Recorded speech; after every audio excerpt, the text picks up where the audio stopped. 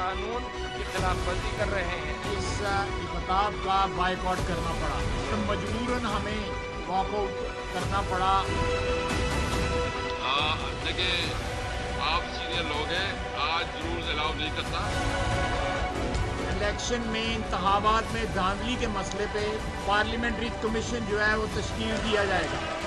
आज 1 महीना हो गया इस बात को कमीशन तश्कील नहीं दिया गया। मुझ पर जो जिम्मेदारियां आयद होती रही हैं, उनकी अदायगी के लिए यहाँ बैठकर जो कुछ मैं कर सकता था, मैंने पूरी ईमानदारी और सलाहियत के मुताबिक अंजाम दिया है।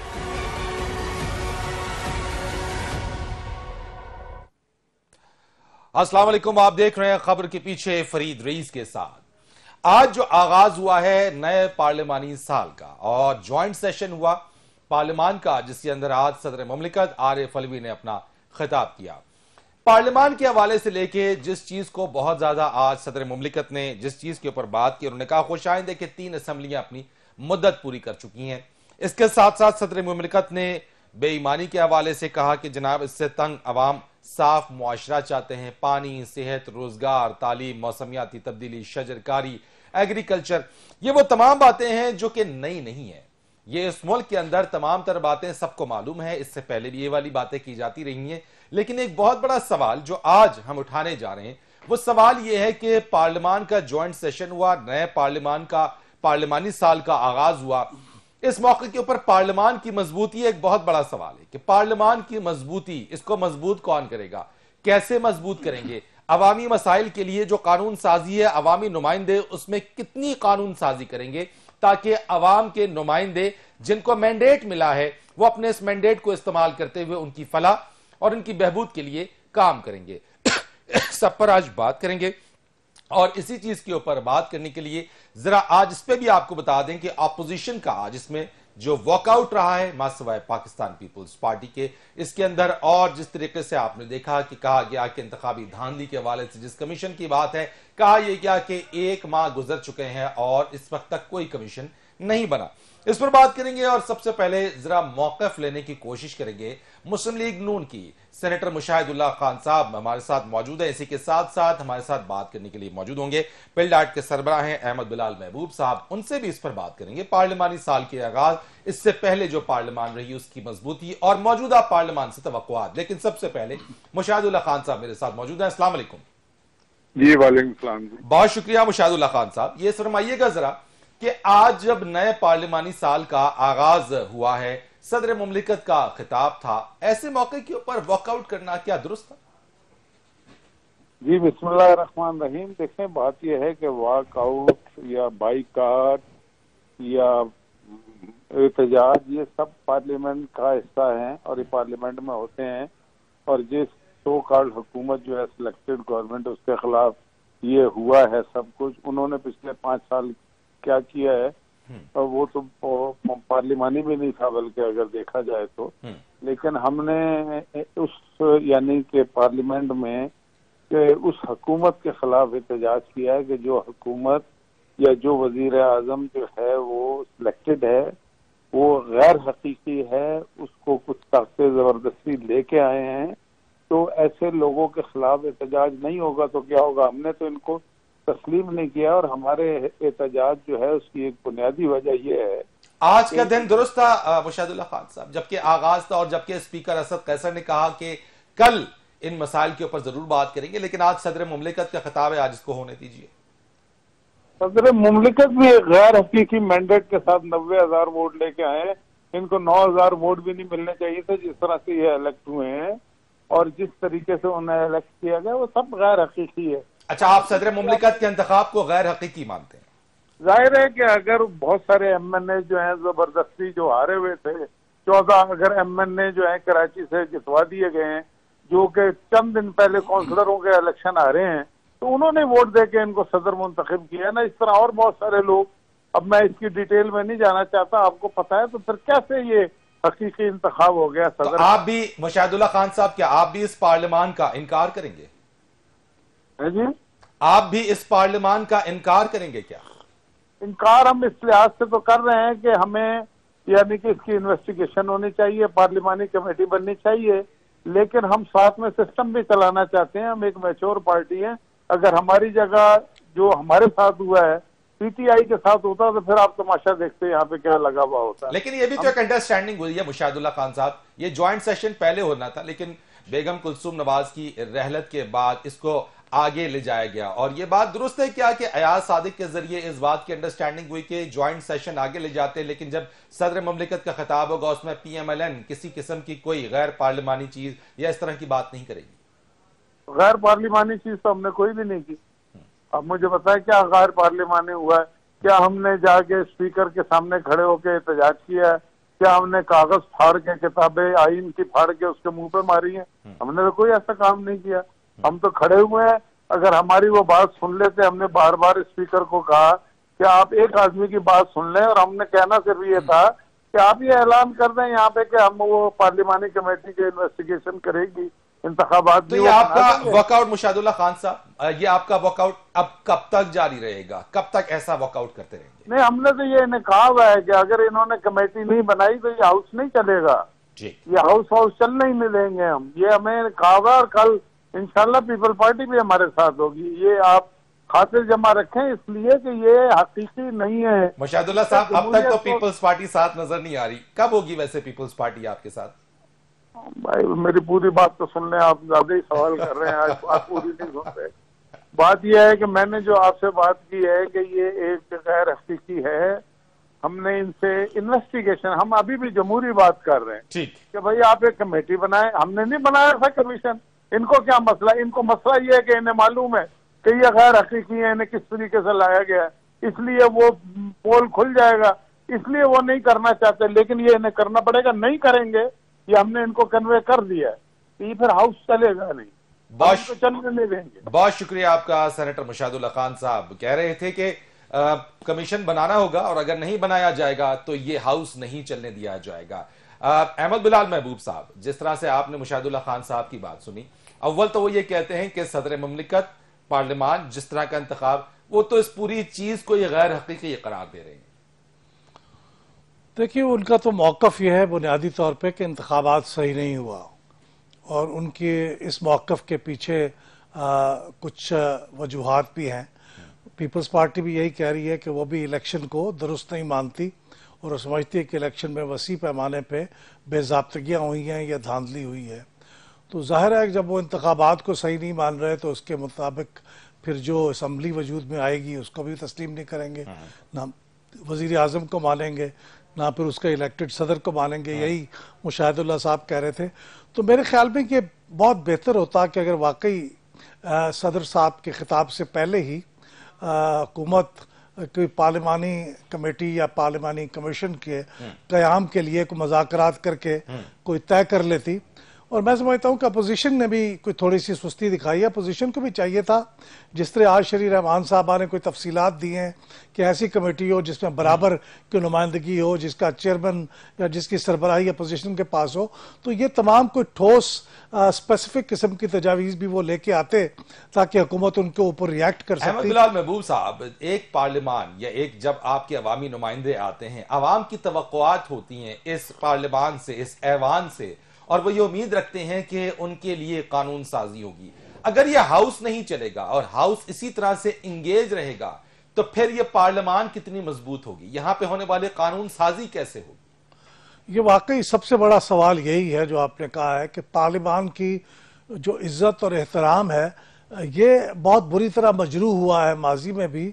और अगर अभी भी अगर हाउस को इस तरह से डिसरप्ट किया जाएगा, नारेबाजी होगी, हुल्लड़बाजी होगी और ऐवान की कार्रवाई नहीं चलने दी जाएगी, तो ज़ाहिर है हुकूमत तो इससे मजरूह होगी, हुकूमत का वक़ार मजरूह होगा, लेकिन बहैसियत मजमूई पार्लियामेंट का वक़ार भी मजरूह होगा। लिहाजा बेहतरी इसी में है कि दोनों यानी अपोजिशन और हुकूमत को मिल के कोई रास्ता ढूंढ लें ताकि बात आगे चलती भी रहे और फिर उसका कोई रास्ता भी ढूंढा जा सके। अगर ये इस तरह से एक दूसरे के ऊपर हमलावर होते रहे तो बहुत बेइज्जती होगी ऐवान की भी और पार्लियामेंट की भी, और डेमोक्रेसी कमज़ोर होगी इसके नतीजे। महज ये बात कह देना कि 3 असम्बलियां अपनी मुद्दत पूरी कर चुकी हैं, इसका क्रेडिट लेना और इस पर ताली बजाना, क्या यही काफ़ी है या फिर असम्बली दरहकीकत अपनी जो उसकी मजबूती है, जो उसका काम है, वहां पे अवाम के लिए जो काम हो रहा हो, ये ज्यादा इंपॉर्टेंट है? देखिए, असल तो चीज़ है कि क्या उस असम्बली ने काम क्या किया है। उसने लोगों की दिलों के अंदर अपना एहतराम पैदा किया है और जो उनके मसाइल थे उनको हल करने के लिए वो काम किया है। असल चीज़ तो ये है, लेकिन चूंकि पाकिस्तान का माजी ये रहा है कि पार्लियामेंट को कभी अपनी मुद्दत पूरी करने का मौका नहीं मिलता था, तो इसलिए ये बात अहम है। इस बात को सेलिब्रेट करने में कोई हर्ज नहीं है कि 3 असम्बलियों ने अपनी मुद्दत पूरी की है। अब अगर ये मुद्दत पूरी की है तो शायद इस बात की भी इम्कान पैदा हो चला है कि ये अपनी मुद्दत के दौरान कोई ऐसे काम भी करेंगी जिससे इसका वकार बुलंद होगा और अवाम के जो अपने बुनियादी मसाइल हैं उनका हल भी होगा। लेकिन बुनियादी बात यह है कि पार्लियामेंट को भी अपना काम करने दिया जाए। पार्लियामेंट इस वक्त बहुत कमज़ोर है, इसके जो इख्तियारात हैं और इसके जो फ़राइज़ हैं, इसके जो फंक्शंस हैं, बहुत से दूसरे इदारों ने अपने ज़िम्मे ले रखे हैं, तो इसलिए ज़रूरी है ये कि पार्लियामेंट अपने आप को है असर्ट करे। मेरा सवाल यही है बुनियादी कि इसकी मजबूती के लिए और माजी में जो असेंबलीज जिन्होंने अपनी मुद्दत पूरी की है उनका क्या किरदार रहा मजबूती में, और मौजूदा हुकूमत पार्लियामान की मजबूती में क्या किरदार अदा करती आपको नजर आ रही है, क्योंकि इसकी मजबूती सबसे इंपॉर्टेंट है। देखिए, 2-3-4 चीज़ें हैं जो बहुत फौरी तौर पे करने की ज़रूरत है। एक तो बात बड़ी खुशाइंद है कि प्राइम मिनिस्टर साहब ने पहले ही उसका ऐलान कर रखा है कि वो असम्बली के अंदर पहले तो उन्होंने कहा था कि हर हफ्ते आके सवालों के जवाब देंगे, फिर उन्होंने कहा कि अब वो हर 2 हफ्ते के बाद फोर्टनाइटली आएंगे, तो ये भी बहुत अच्छी बात है। फोर्टनाइटली भी अगर वो बाकायदगी से आते हैं, सवालों के जवाब देते हैं, तो उससे आप देखेंगे कि असम्बली के अंदर एक नई जिंदगी पैदा होगी। फिर वजीर भी मौजूद होंगे, फिर हिज़्ब इक़्तिदार के मेंबर भी होंगे, उसकी वजह से फिर पूरे हाजिरी बेहतर होगी और उसके नतीजे में असम्बली की जो इम्पोर्टेंस है, जो माजी में नहीं मिलती रही है, वो इम्पोर्टेंस मिलना शुरू होगी। दूसरी बात यह कि हुकूमत असम्बली के अंदर बिजनेस लाए, ये स्पीकर नहीं ला सकता, ये हुकूमत को लाना पड़ेगा कि वो अपने अहम जो पॉलिसियां हैं वो डिबेट के लिए असम्बली के सामने लाए। इसका वादा किया है वजीर खजाना ने भी, वजीर खारजा साहब ने भी, वजीर आजम ने भी। तो जितना वो असम्बली के सामने पॉलिसी डिबेट्स लेके आएंगे उससे असम्बली का जो है वकार वो बढ़ेगा। और तीसरी बात यह है कि ये जो बजट अब पेश होने वाला है ना, बजट में असम्बली का किरदार बहुत ही कमजोर होता है। यानी ये एक हमारी ब्यूरोक्रेसी बजट बना देती है, सामने रख देती है, असम्बली के मेंबर्स गैर मुतल्लक बहस करते हैं और आखिर में जो इक़्तिदार होता है वो यस कहता है और हिज़्ब इख्तिलाफ है वो नो कहता है और किसी को पता नहीं होता कि पास क्या किया गया। तो बजट के ऊपर मैं समझता हूँ कि इनको कमेटियों के हवाले किया जाना चाहिए। अपनी अपने वजारत का जो बजट है वो उससे मुतल्लिका कमेटी उसको देखे और फिर उसके बाद डिबेट हो पूरी असम्बली में। तो बजट का सेशन का दौरानिया जो है वो बजाय 10-15 दिन के उसको कोई 1 महीना या 2 महीने के लिए बढ़ाना चाहिए, जैसे हिंदुस्तान में होता है।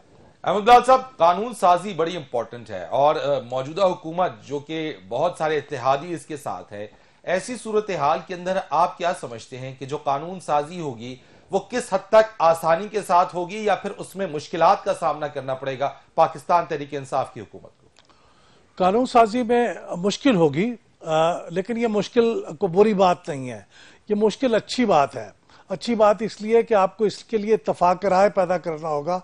अगर किसी एक पार्टी की 2/3 मेजॉरिटी आ जाए तो फिर उसे किसी की इत्तफाक राय की ज़रूरत नहीं होती, तो उसके अंदर कुछ आमराना रुझानात पैदा होना लग जाते हैं।